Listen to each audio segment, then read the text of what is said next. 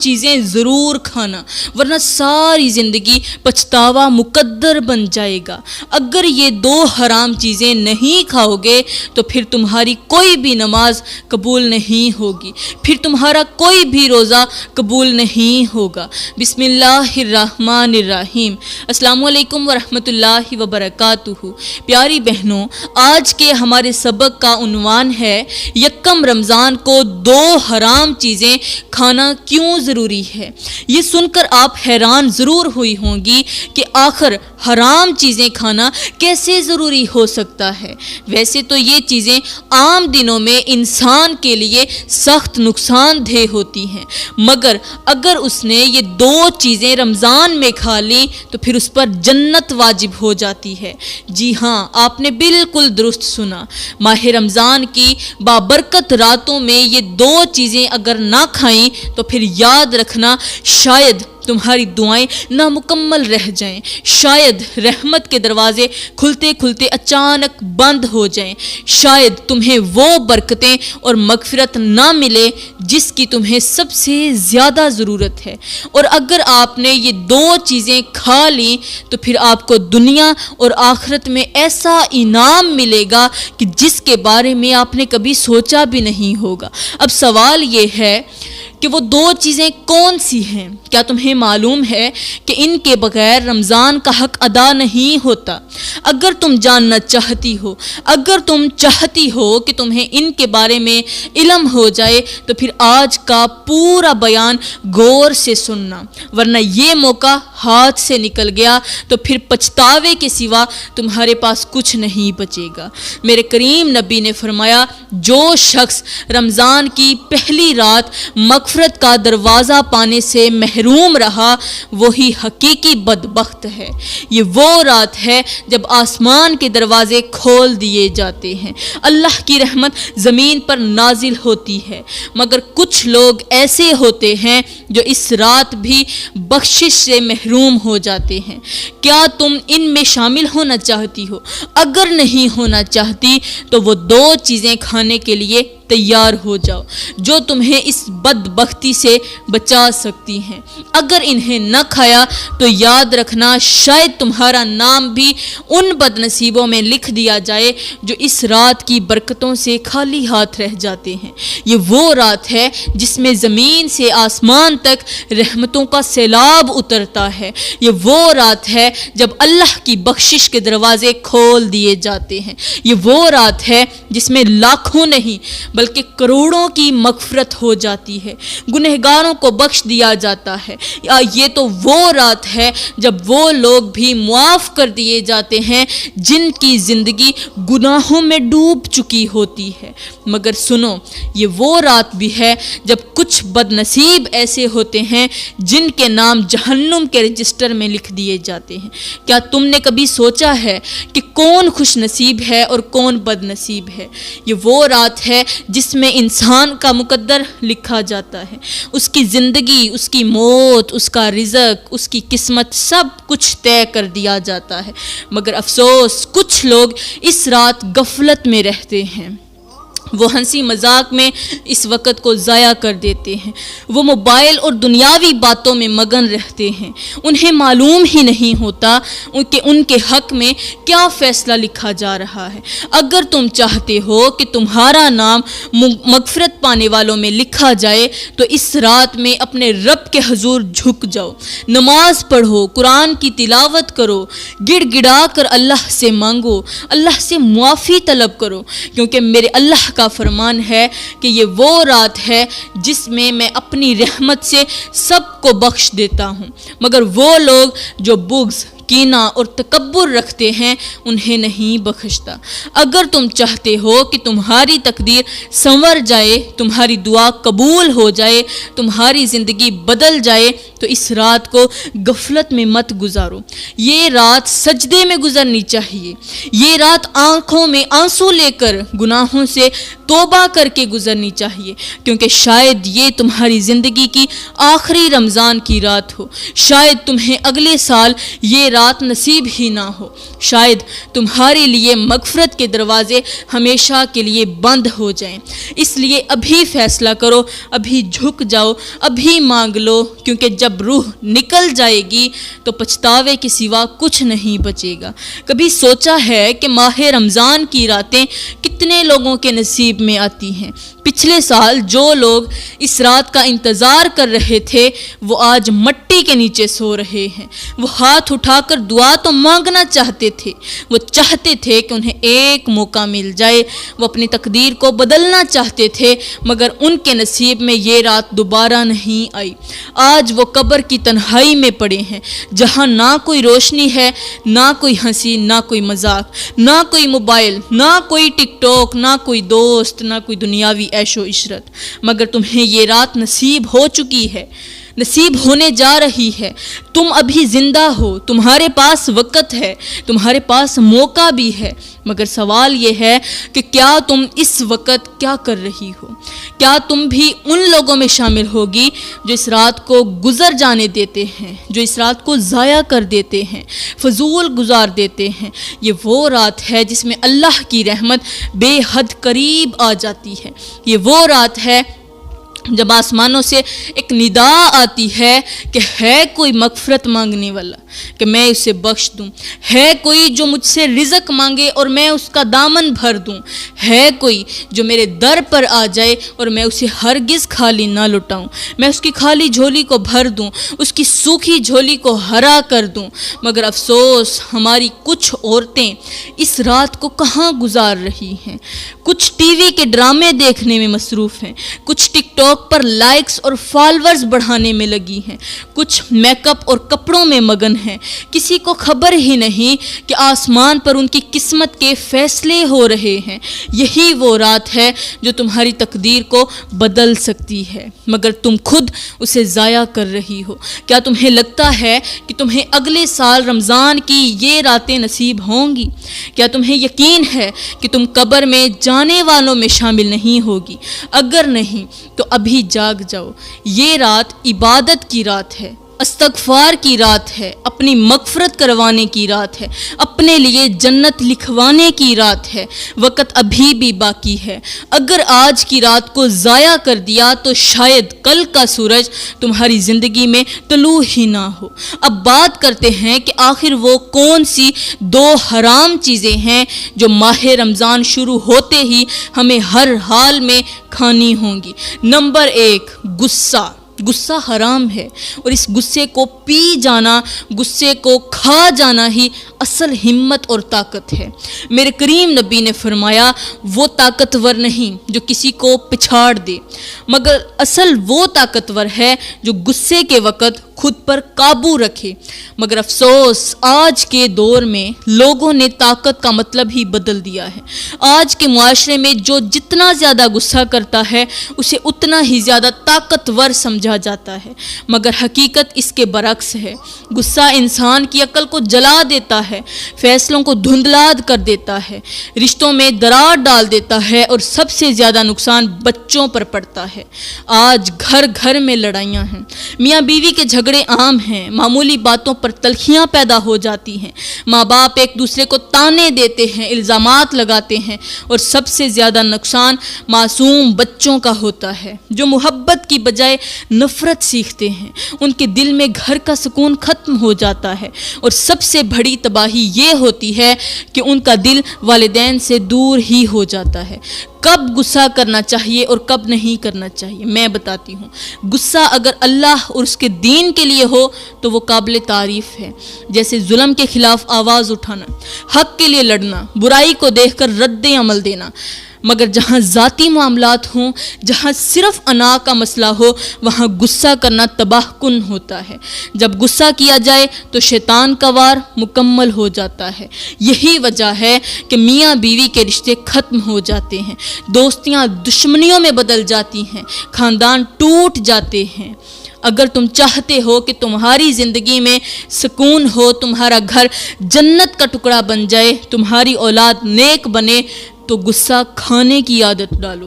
یہی رمضان کی راتیں ہیں، ان راتوں میں اپنے دل کو صاف کر لو، جن پر غصہ ہے انہیں معاف کر دو، جن سے ناراض ہو ان سے صلح کر لو، کیونکہ اگر آج تم نے غصہ کھا لیا تو کل کے دن اللہ تمہارے لیے جنت کے دروازے کھول دے گا۔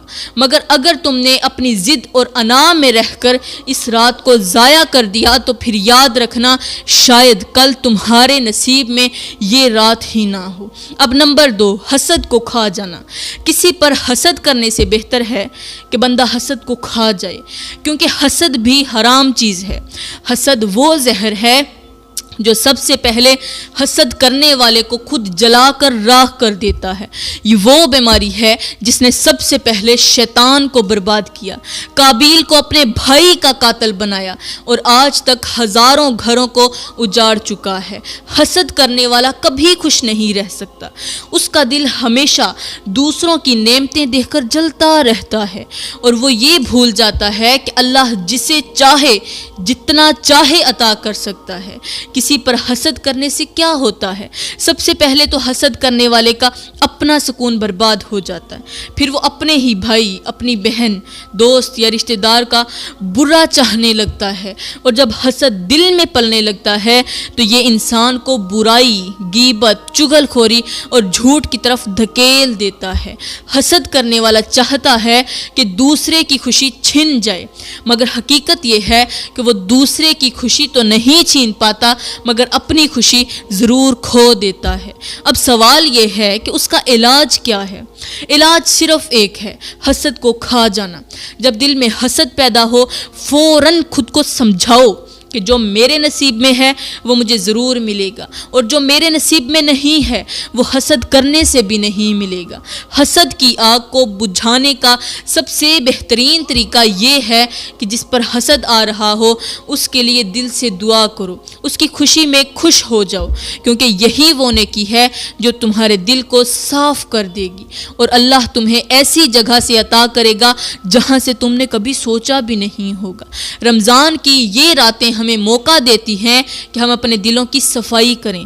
آج کی رات حسد کو جڑ سے نکال دو، دوسروں کی کامیابیوں پر خوش ہونا سیکھو، اللہ کی تقسیم پر راضی ہو جاؤ، کیونکہ اگر آج تم نے حسد کو کھا لیا تو یقین کرو اللہ تمہیں وہ کچھ دے گا جو تم نے پہلے کبھی نہ مانگا ہوگا۔ مگر آج اگر تم دوسروں کی خوشیوں کو دیکھ کر جلتے رہے تو پھر یاد رکھنا شاید تمہارے نصیب میں وہ برکتیں اور رحمتیں نہ رہیں جو رمضان کی ان راتوں میں لکھی جا رہی ہیں۔ تو میری پیاری بہنوں، میں دعا کرتی ہوں کہ اللہ تعالی ہمیں حسد سے بچنے کی توفیق عطا فرمائے، اللہ تعالی ہمیں اپنے غصے کو قابو میں رکھنے کی توفیق عطا فرمائے، آمین ثم آمین، وما علینا الا البلاغ المبین۔ 5 عمل کر لیں، ہر روزہ قبول ہوگا۔ بسم اللہ الرحمن الرحیم۔ السلام علیکم ورحمۃ اللہ وبرکاتہ۔ پیاری اسلامی بہنوں، رمضان آ گیا، رحمتوں کی بہار چھا گئی، لیکن کیا آپ کو یقین ہے کہ آپ کا روزہ قبول ہو رہا ہے؟ کہیں ایسا تو نہیں کہ آپ پورا دن بھوکے پیاسے رہ کر بھی اللہ کے ہاں کچھ نہ پا سکیں؟ کیا آپ جانتے ہیں کہ 99% لوگ روزے میں ایسی خطرناک غلطیاں کرتے ہیں جو ان کے پورے رمضان کو برباد کر دیتی ہیں؟ اگر آپ نے یہ 5 عمل نہ کیے تو ہو سکتا ہے کہ آپ کا روزہ صرف بھوک اور پیاس بن کر رہ جائے، آپ کے گناہ معاف نہ ہوں، آپ کی عبادتیں رد کر دی جائیں، آپ کے رزق میں سے برکت اٹھا لی جائے، اور رمضان کے بعد بھی آپ کی زندگی میں کوئی روشنی نہ آئے۔ یہ وہ مہینہ ہے جس میں نبیوں کے گناہ بھی بخش دیے جاتے ہیں، مگر افسوس کچھ لوگ ایسے ہوتے ہیں جو رمضان میں بھی اللہ کے غضب کو دعوت دیتے ہیں۔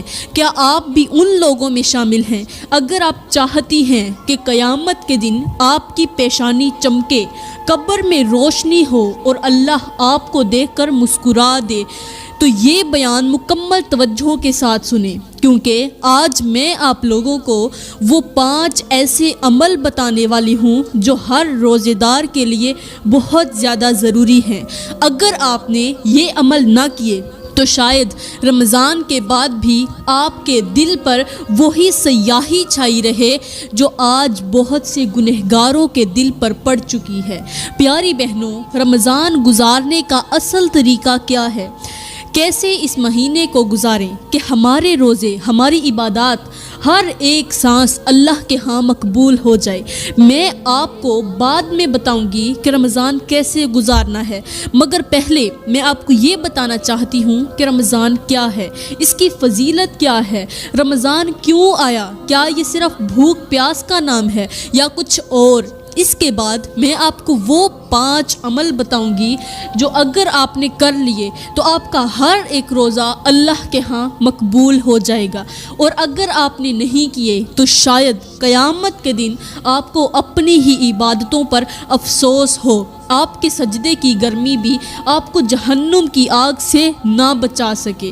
سب سے پہلے رمضان کیا ہے؟ پیاری بہنوں، یہ وہ مہینہ ہے جس کے بارے میں اللہ تعالیٰ نے ارشاد فرمایا۔ رمضان وہ مہینہ ہے جس میں قرآن پاک نازل کیا گیا جو لوگوں کے لیے ہدایت ہے، اور جس میں ہدایت اور حق و باطل کا فرق واضح کرنے والی نشانیاں ہیں۔ یہ وہ مہینہ ہے جس کے بارے میں میرے نبی کریم صلی اللہ علیہ وآلہ وسلم نے فرمایا، جس نے ایمان اور اخلاص کے ساتھ رمضان کے روزے رکھے اس کے سارے پچھلے گناہ معاف کر دیے جائیں گے۔ مگر سوال یہ ہے کہ ہمارے روزے واقعی قبول ہو رہے ہیں؟ کیا ہم واقعی رمضان کو اس طرح گزار رہے ہیں جس طرح اللہ چاہتا ہے؟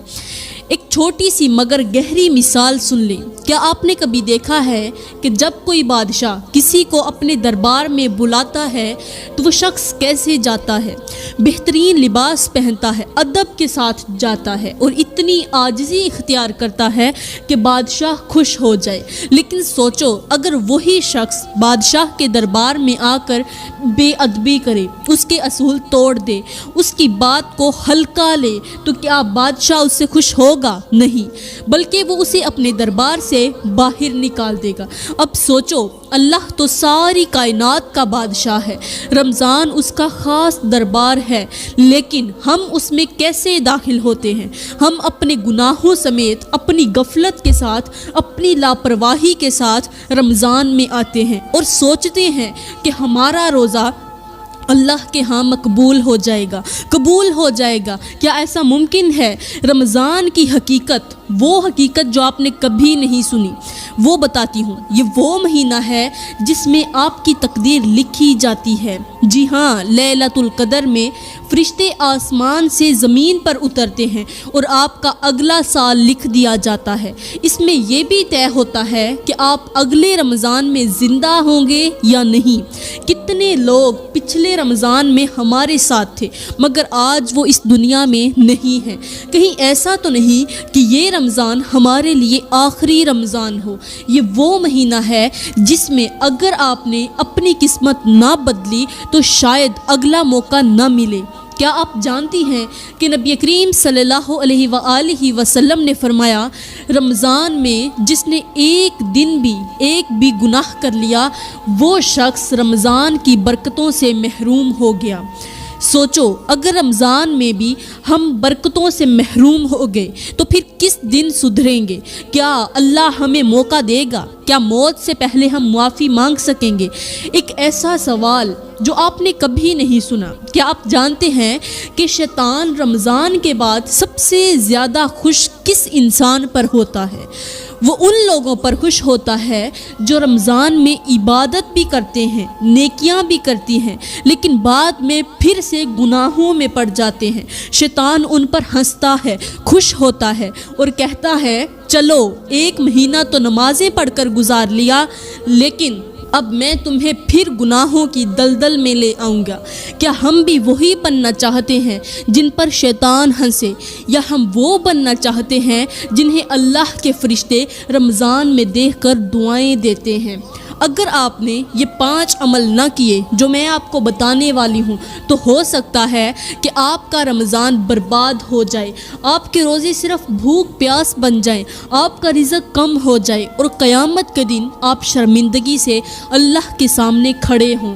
یہی وہ 5 عمل ہیں جو آپ کے رمضان کو برباد ہونے سے بچا سکتے ہیں، جو آپ کے ہر روزے کو اللہ کے ہاں مقبول بنا سکتے ہیں، جو آپ کے لیے جنت کے دروازے کھول سکتے ہیں۔ کیا آپ وہ 5 عمل جاننا چاہتی ہیں؟ کیا آپ چاہتی ہیں کہ رمضان قیامت کے دن آپ کا رمضان گواہی دے کہ یا اللہ یہ تیرا بندہ، تیرا سچا بندہ، سچا عاشق تھا، اس نے میرا حق ادا کر دیا؟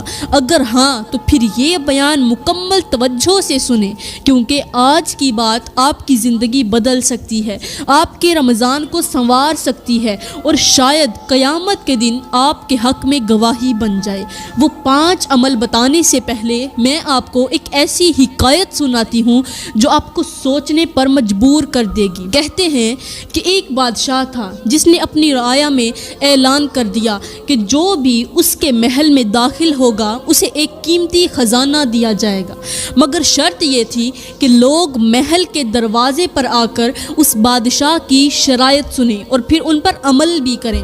دن گزرتے گئے، لوگ آتے، کچھ محل کے دروازے سے واپس چلے جاتے، کچھ شرطوں کو ہلکا سمجھ کر آگے بڑھتے اور کچھ ایسے بھی تھے جو محل کے اندر تک پہنچ جاتے مگر عین وقت پر ایک ایسی غلطی کر بیٹھتے کہ بادشاہ انہیں خزانے سے محروم کر دیتا۔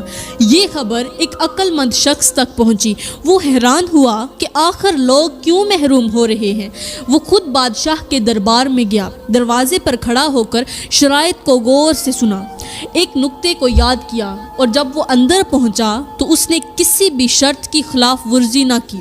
جیسے ہی وہ تخت کے قریب پہنچا، بادشاہ وہاں پر کھڑا تھا، اس کے لیے دروازے کھلوائے اور اسے اپنا سب سے قیمتی خزانہ دے دیا۔ یہ سن کر رعایا میں بہت سے لوگ تھے جو حیرت زدہ ہو گئے اور اس سے پوچھنے لگے، بادشاہ سلامت، یہ خزانہ ہر آنے والے کے لیے تھا، پھر سب کو کیوں نہ ملا؟ یہ تو ہر کسی کے لیے تھا، کسی ایک کے لیے مخصوص تو نہیں تھا، یہ تو سب کے لیے تھا، پھر سب کو کیوں نہ ملا؟ کیوں زیادہ تر لوگ محل کے دروازے سے واپس لوٹ گئے؟ کیوں کچھ لوگ اندر پہنچ کر بھی محروم ہو گئے؟